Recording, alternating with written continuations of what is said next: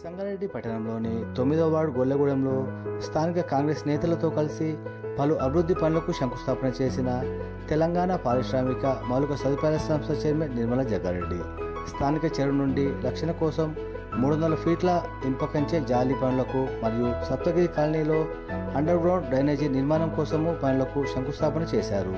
ఈ కార్యక్రమంలో స్థానిక కాంగ్రెస్ యువ నాయకులు శ్రీశైలం యాదవ్తో పాటు టీపీసీసీ రాష్ట్ర ప్రధాన కార్యదర్శి తోపా జనార్దన్ కిషన్, యూత్ కాంగ్రెస్ రాష్ట్ర కార్యదర్శి కూన సంతోష్, కాంగ్రెస్ నాయకులు సతీష్ రెడ్డి, తులసిరామ్ మరియు కాలనీ వాసులు సంతోష్, వేణు మరియు కాలనీ పెద్దలు, మహిళలు, యువకులు పాల్గొన్నారు.